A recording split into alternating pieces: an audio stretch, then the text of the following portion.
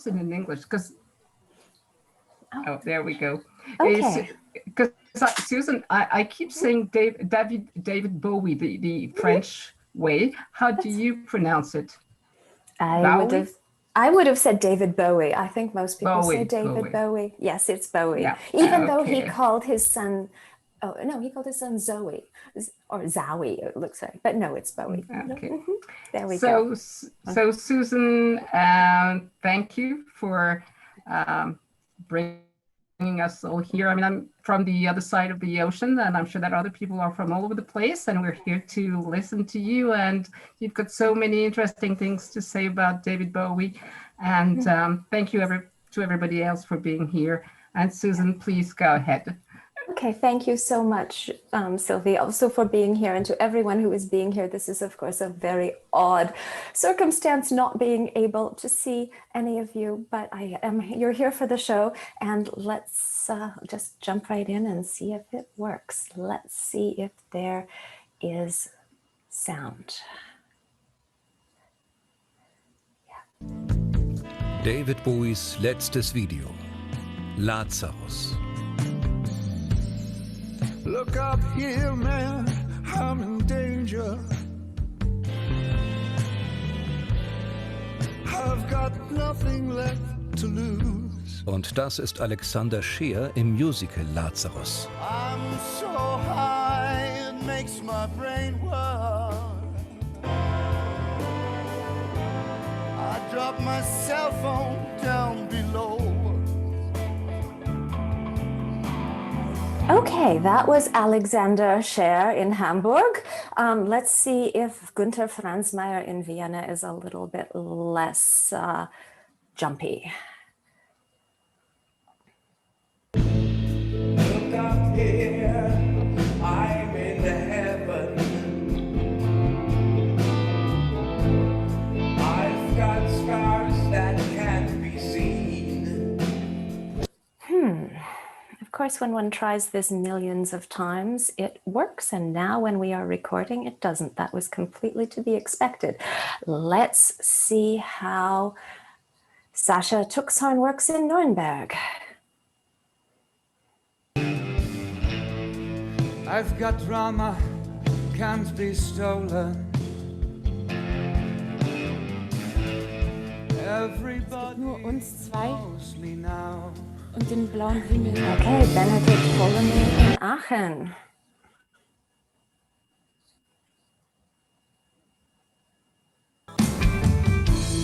Look up here, man, I'm in danger. Du bist kein echtes Mädchen, du bist nicht hier, du bist hier. I got nothing left to lose. Ja. Volker Mutmann in Göttingen. Look up here, man, I'm in danger. I've got nothing left to lose. Jakob Madsen-Quolls in Aarhus. I'm so high, it makes my brain whirl. I drop my cell phone down below.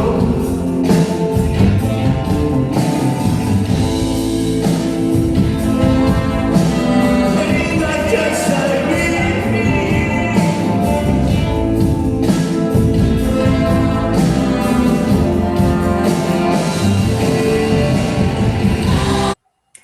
Joachim Raphaelsen in Oslo.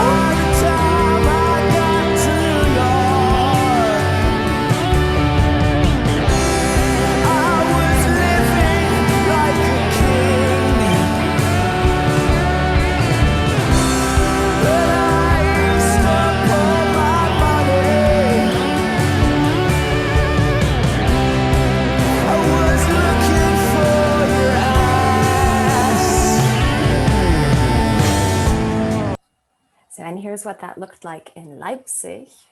By the time I got to New York, I was living like a king.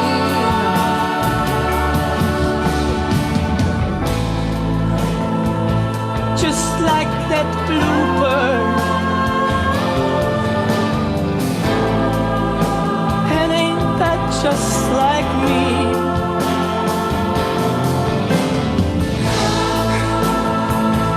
Oh, I'll be free. There's that in Linz.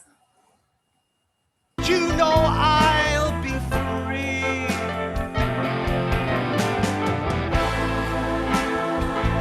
Just like that bluebird. Ain't that just like me?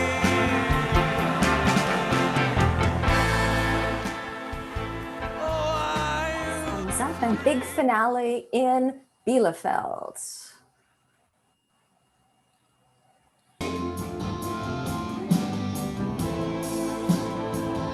just like that bluebird. Ain't that just like me? So, David Bowie's first and only musical, Lazarus, may have debuted on December 7th, 2015 in the New York Theater Workshop in New York's East Village, with Bowie in attendance in his last public appearance before his death of liver cancer the following months, 2 days after the release of Black Star, his 25th and final studio album, on which Lazarus was one of the singles and featured the stunning video we saw at the beginning, for most of which Bowie lies bandaged in bed before he gets up and backs into the closet. After Bowie's death, to the great surprise of many, including Lazarus's German translator, Peter Torberg, it was not on English language stages, but rather on German language ones that Lazarus took off. After the initial shows in New York and London, one of which was recorded on film and screened on one night only in New York, Lazarus premiered on February 3rd, 2018 at the Schauspielhaus in Düsseldorf, with premieres following in Vienna, in Bremen, in Linz, Hamburg, Nuremberg, Bielefeld, Leipzig, Göttingen, and then it began to spread outside of Germany, to celebrating its Norwegian premiere in Oslo, with ones following in Melbourne, Tel Aviv, Sao Paulo, Aarhus, and Amsterdam. Productions were also set for the spring of 2020 in Wolfsberg, Minden, and Lübeck, but they all, of course, had to be postponed. And the show that premiered at Munich's Agon Theater on February 27th of this year and was supposed to go until April 9th was also interrupted, but has now been rescheduled to play until 2022, as you can see. So productions are also now scheduled for Visp in Switzerland, in Duisburg, Lübeck, Chemnitz, and Dresden. So, as the Linz production explicitly underscored in its advertising, the German translation of Lazarus, which has served as a model for the Norwegian, Danish, Dutch, Hebrew, and Portuguese ones, consists of German language dialogue interspersed with songs in the original. So to work against the inherent invisibility of translators in the Anglophone context, something Venuti first brought to our attention like a quarter century ago, let me begin by introducing you to Peter Torberg, a well-established German literary translator who specializes in post-colonial versions of English and lists his areas of expertise as contemporary literature, literature from previous centuries, detective stories, short stories, slang, and colloquial language. He responded to my first email request to answer some questions about the translation with "fire away." Right? My port of departure here, or to speak with Erich Auerbach, as we sometimes do in class, my Ansatzpunkt, is Torberg's decision to leave Bowie's songs in their original English while translating the rest of Walsh's text, and how this contrasts with the decision of Anglophone male filmmakers who have featured Bowie songs in other languages in their films. in their films. Perhaps most memorable is Shu Jorge's performance of a dozen Bowie songs in Portuguese for Wes Anderson's 2004 The Life Aquatic with Steve Zissou. And for those of you who don't know it, here's a little sample.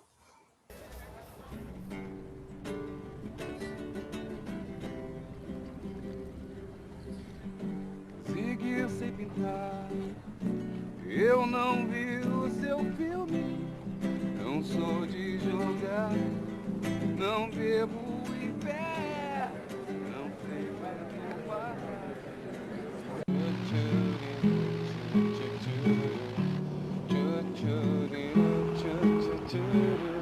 Você não sabe se vai ou vem, pouco me importa se um dia é seu. Okay, and more recently, there was also Taika Waititi's Jojo Rabbit, the story of a young boy in the Hitler Youth who discovers his mother, played by Scarlett Johansson, is hiding a Jewish girl in their attic.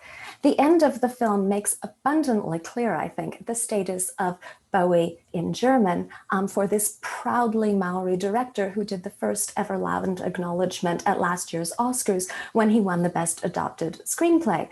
So let's see what the end of that film looks like. And this is about, it's not quite 2 minutes at the end of it, but you need to see the credits as well. So.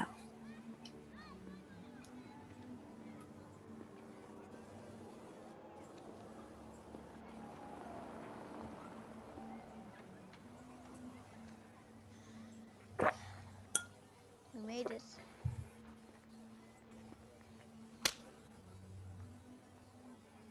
Probably deserved that.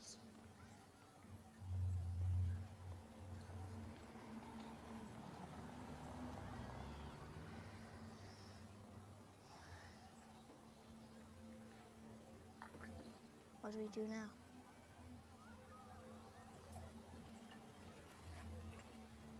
Let's dance.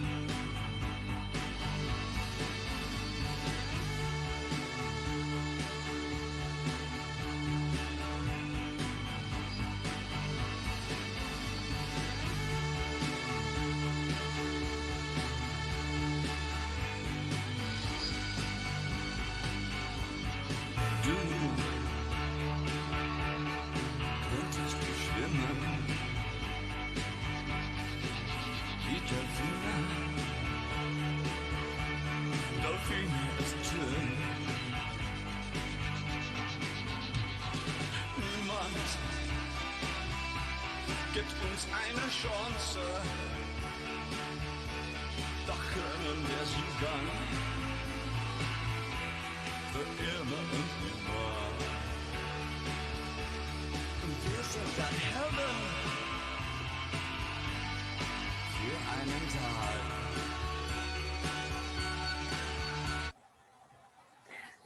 Okay, so as you can see here, this German version of Heroes has been very popular in German and has been used for many advertising, such as this 2010 one for Vodafone. Now, no worries, I will not play it, but it's enough, or all of it, but it's enough for you to note the rocket because its significance will soon become apparent. But first, let me say how grateful I am for this opportunity to share here as part of the Center for Language and Culture Contact's Brown Bag Seminar Series some of the results of the research I've been doing into Bowie's appeal to Germanophone audiences. The first time I presented this material was in December 2018 at an international conference for theater translation in Tartu, Estonia, where I bought this top. And my focus there was the way the Germanophone stagings of Lazarus, just like Bowie himself, work to shatter the binaries so beloved in traditional translation theory, such as translation, adaptation, foreignization, domestication, and readability, performability. Since then, I find that I keep returning to this material because, as I hope the opening clips have already convinced you of, and as cultural studies scholars like Larry Grossberg are so fond of saying, there really seems to be something going on, and it keeps going on. And with every passing year, I find more material that strengthens and helps me nuance my argument. So the two fundamental questions driving this research have been, first, why, as he lay dying, did Bowie choose to tackle this particular Stoff? And second, why has it resonated so much in the first instance in the Germanophone sphere, but also more broadly, I'm coming to say, among hip Germanophiles around the world? What I will be presenting today is a reading of Lazarus based on 4 songs that I argue help explain the music's appeal for and success among Germanophiles. Heroes, Where Are We Now, This Is Not America, and Valentine's Day.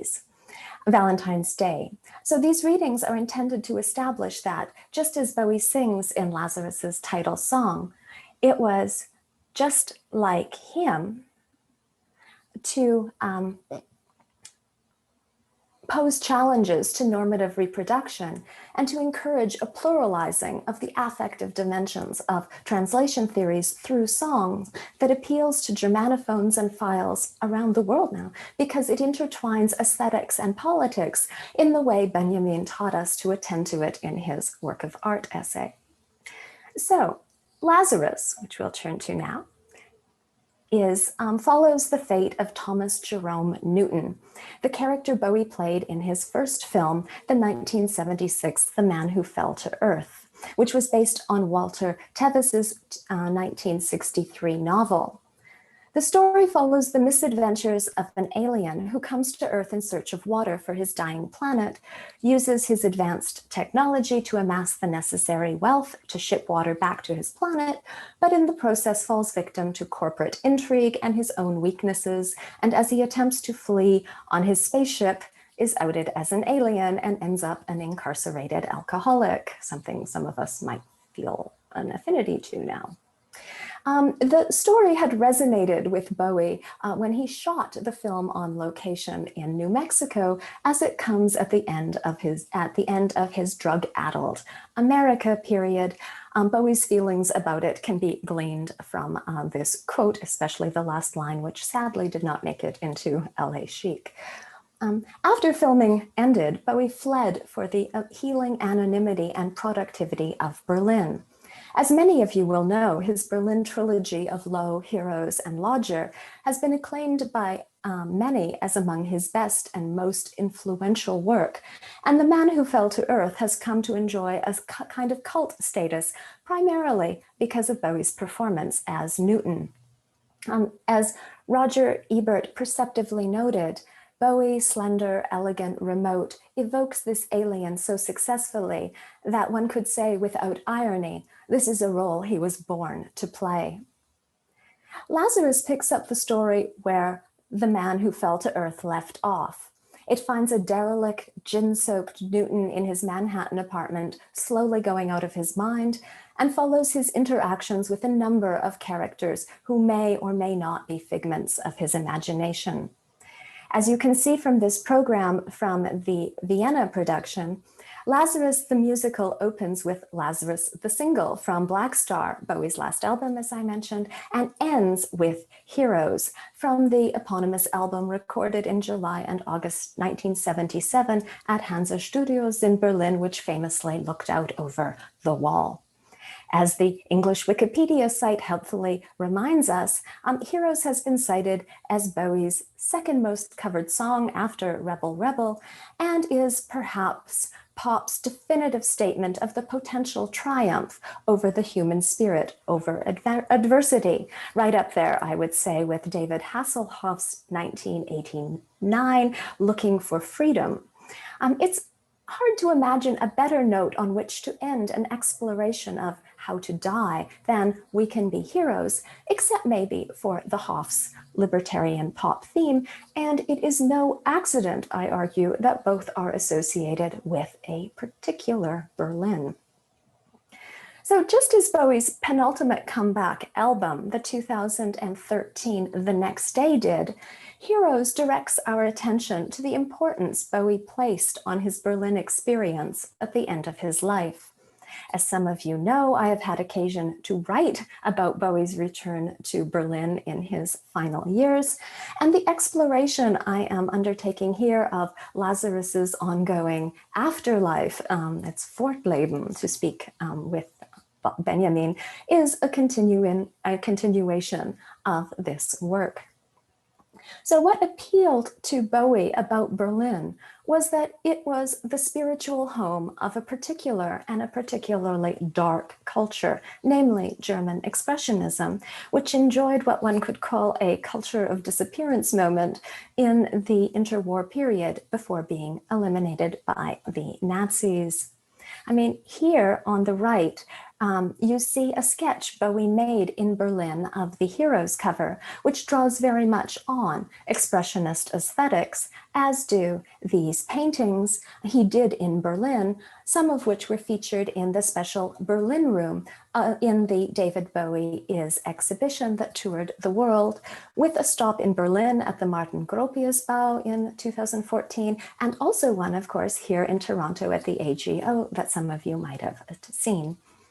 There is no dearth of evidence that Bowie's affinity for German critical culture continued after his late 70s sojourn in the city, beginning with his second film, which was made in Berlin and originally titled Schöner Gigolo, Armer Gigolo. It is probably best known as Marlene Dietrich's last screen appearance, famously made in Paris as she refused to come to Berlin to shoot there in person, and so some clever montage work had to make it seem as though she and Bowie were sharing space. Again, something that seems much more poignant now, given how fraught sharing space has become under COVID. Bowie also clearly enjoyed playing Bertolt Brecht's Baal in a 1982 BBC adaptation, and he was proud of participating in an open-air concert for Berlin in front of the Reichstag in Berlin on June 6, 1987, and of the fact that that performance and his visit to East Berlin in conjunction with it are credited with developing momentum for the fall of the wall, especially during the concert when, after introducing the band, he sent East Berliners his best wishes in German. And this is what that sounded like. And on guitar, Peter Frampton.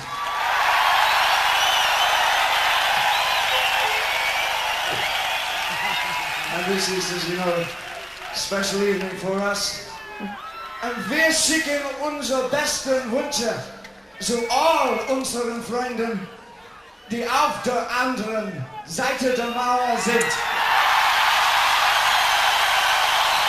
So, the legacy of this concert can be seen in a German foreign language ministry tweet on the occasion of Bowie's death. Goodbye, David Bowie. You are now among the hashtag heroes. Thank you for helping to bring down the hashtag wall. Bowie's return to Berlin in his 2013 comeback gave a very specific resonance to the trenchant question his comeback single posed. Where are we now came to be understood as, where are we now that capitalism has won the Cold War? The question and the song reappear in Lazarus, serving as a kind of unofficial censura in the middle, after changes and before absolute beginners. Given the Berlin memories embedded in Heroes, it is not surprising that the song figured prominently in the trailers for the German and Austrian premieres and those, the song Where Are We Now? It's not surprising that it featured prominently in the trailers for the German and Austrian premieres, first in Dusseldorf. Where are we now? Where are we now? Where are we? And then in Vienna. Where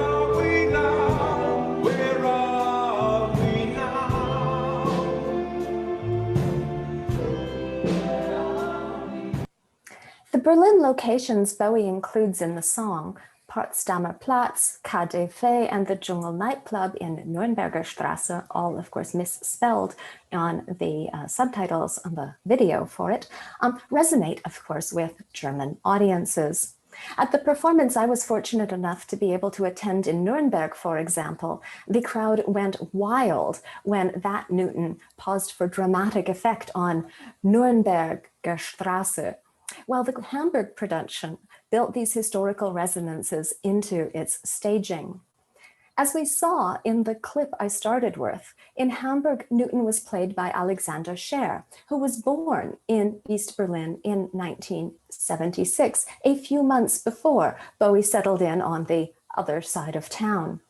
When Scher sings about 20,000 people on Böse Brücke, one cannot help but calculate that he would have been about 13 at the time, and very likely among that throng. And he certainly would have known people who were, and this is how he sang it.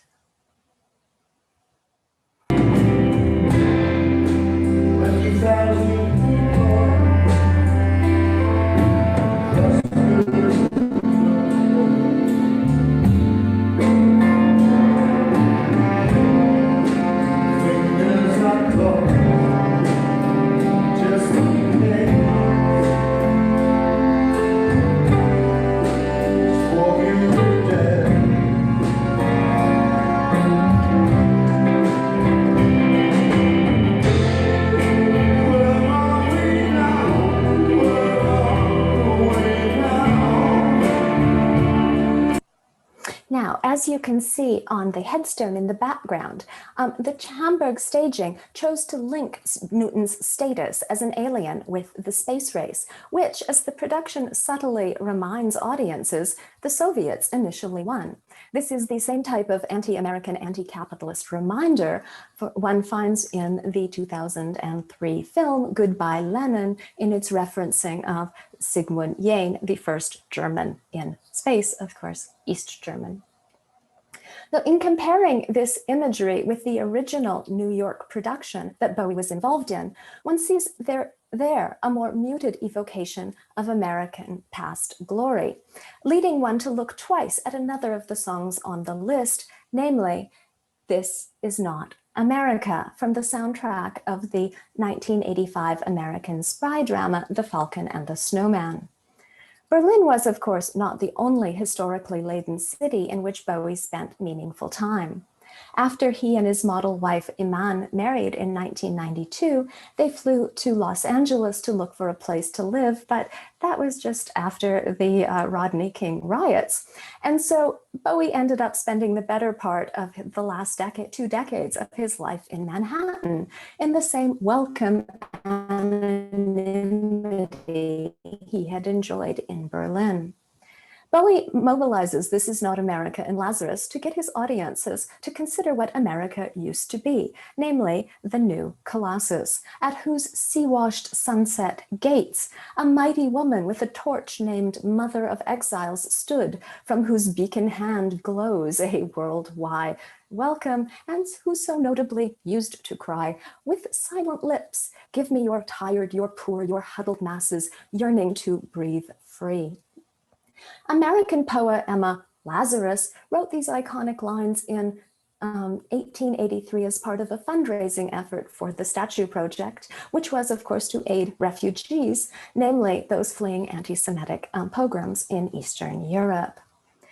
Bowie's musical Lazarus heightens awareness of the contrast between the empathetic, welcoming America had once prided itself on offering and the violent, racist, xenophobic culture that it has in the meantime, unfortunately, become associated with, by confronting his alien alter ego Newton with a serial killer, a move provided or possibly even dictated by the logic of the story.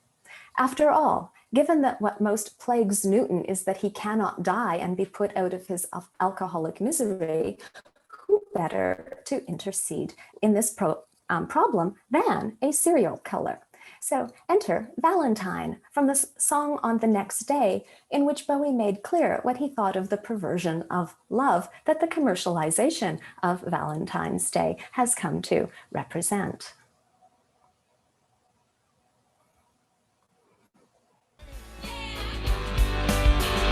Yeah, Valentine, Valentine. Yeah. Yeah. Valentine, Valentine.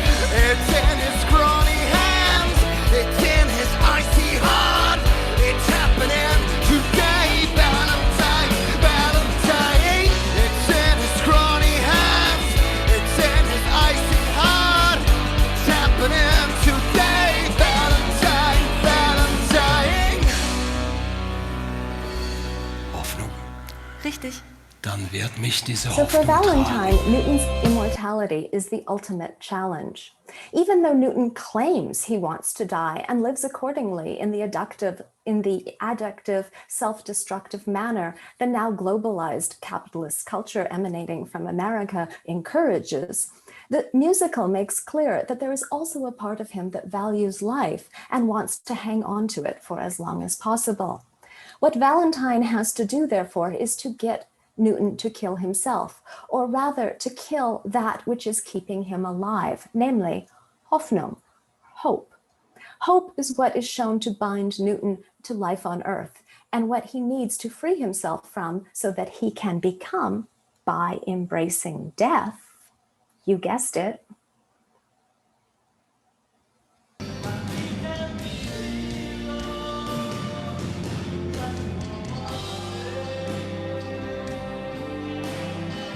Offiziell starb Bowie mit 69, kurz nach der Uraufführung seines So einzigen only after Musicals. Newton has freed himself from his last hope, which is embodied by the girl, can he find rest, as it says on the screenplay. Only then can he allow hope to carry him off or up, up and away, which depending, and there have been numerous interesting stagings of this.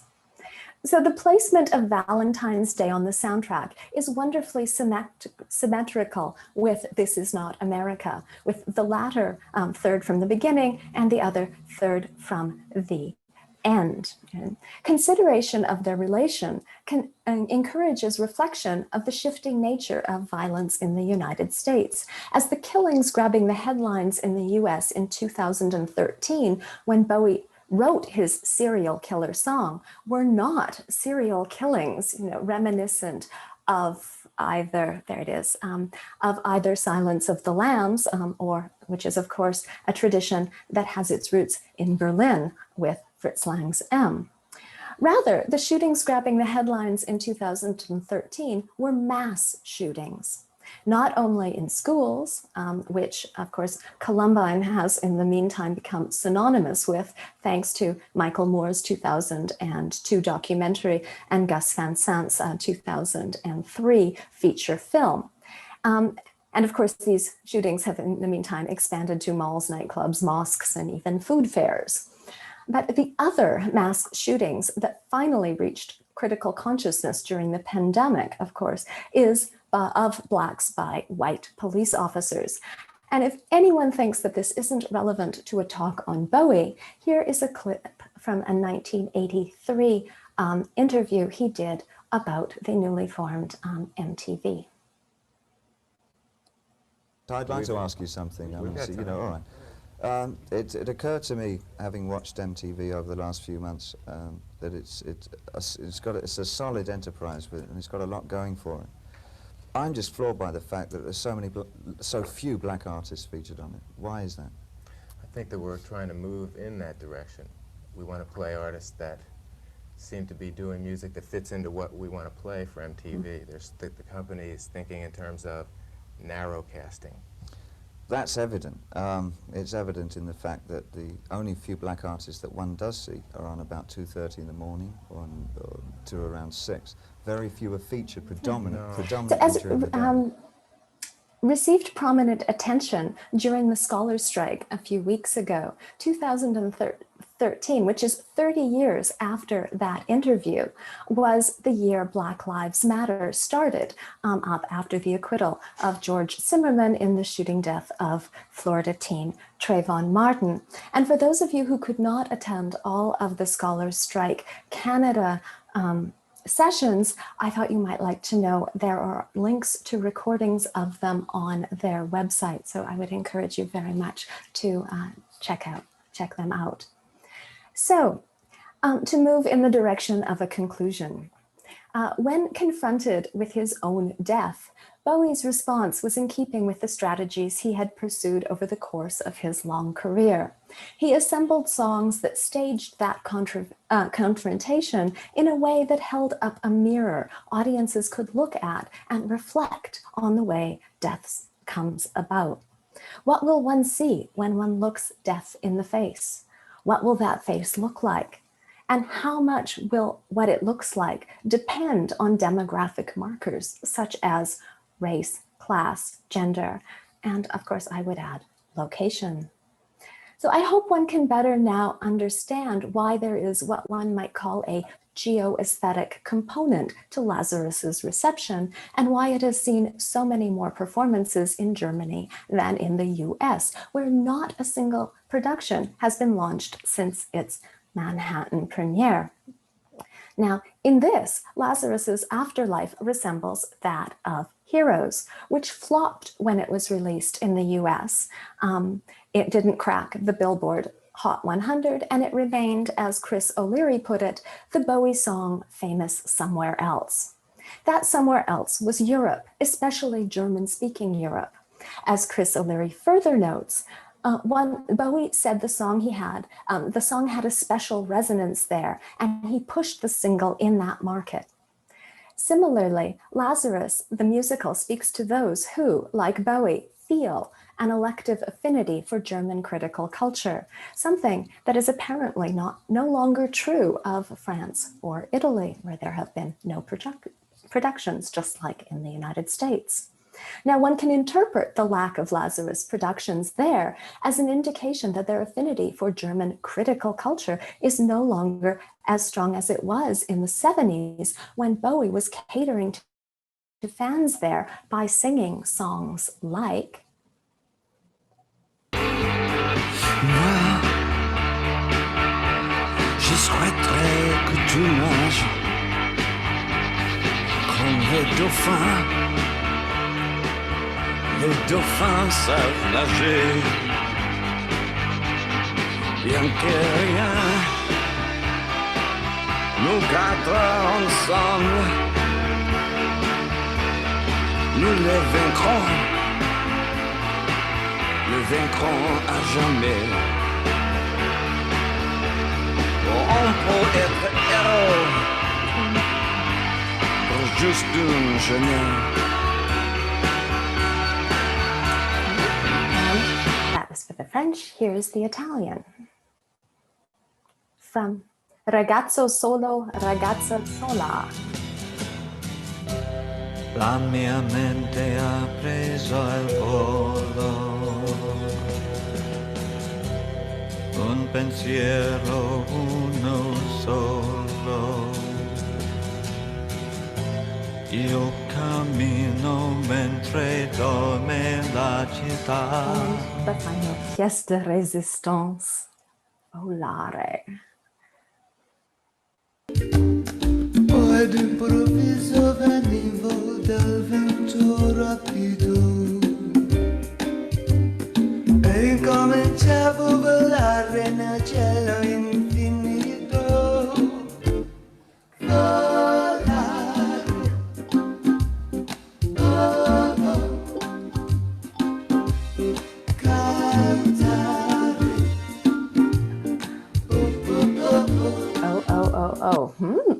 So, the explosion of interest in Lazarus in German, on the other hand, shows that a good many German speakers took very personally Bowie's desire at the end of his career to take stock of the, forgive me, the changes that Berlin had undergone over the course of the very tumultuous 20th century, and especially since his stay in the cities in the 1970s.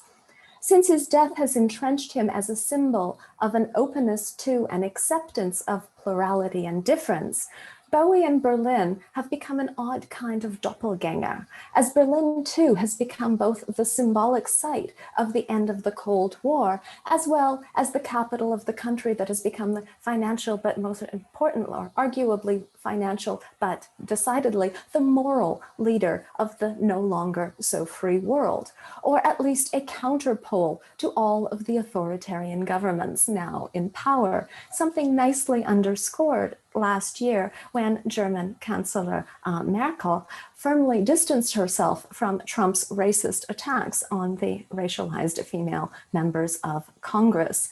Someone retweeted this clip on the same day, adding the comment, which I said for my argument, thank you, QED, quote, Chancellor Merkel's repudiation of President Trump's racist comments is stunning. She defends the values of the West, and for the first time, a modern American president does not.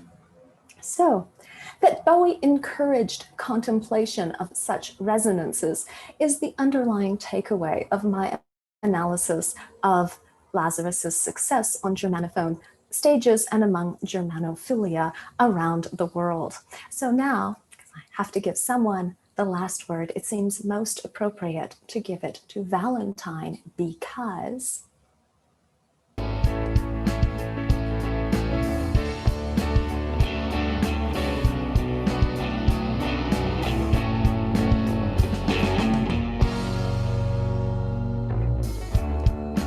Valentine told me who's to go. Okay, well, thank you very much for your attention. I will stop sharing and look